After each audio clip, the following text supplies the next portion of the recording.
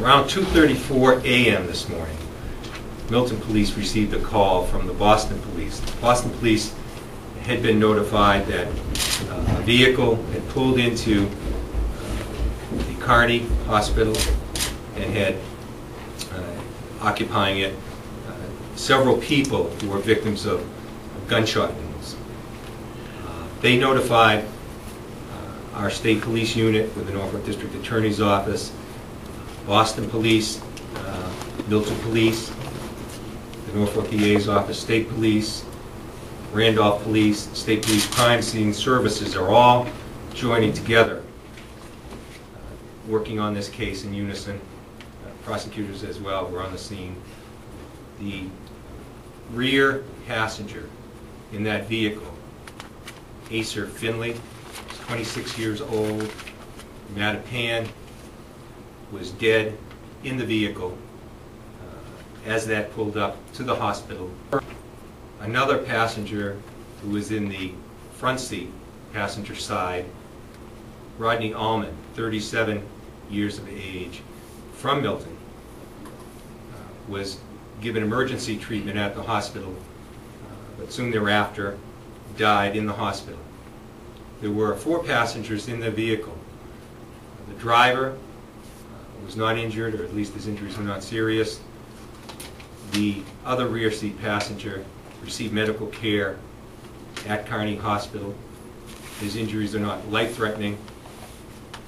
We're withholding the name of the driver and the surviving rear seat passenger, obviously for safety reasons.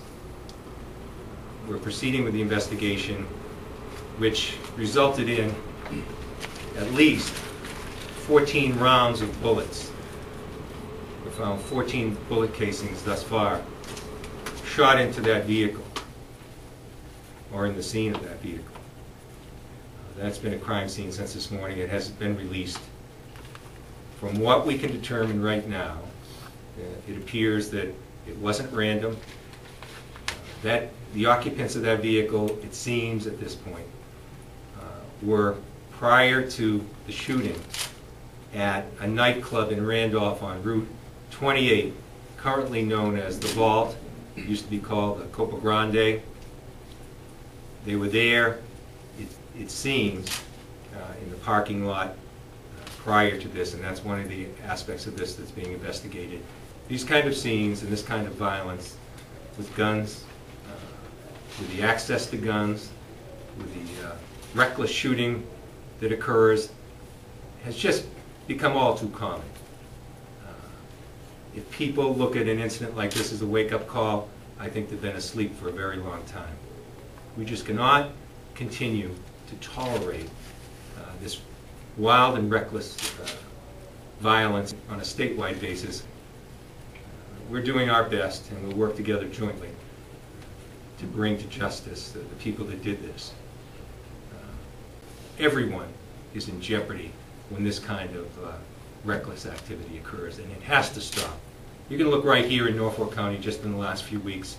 We had a shooting on Route 24 in Randolph, where rounds of gunfire were poured into a car.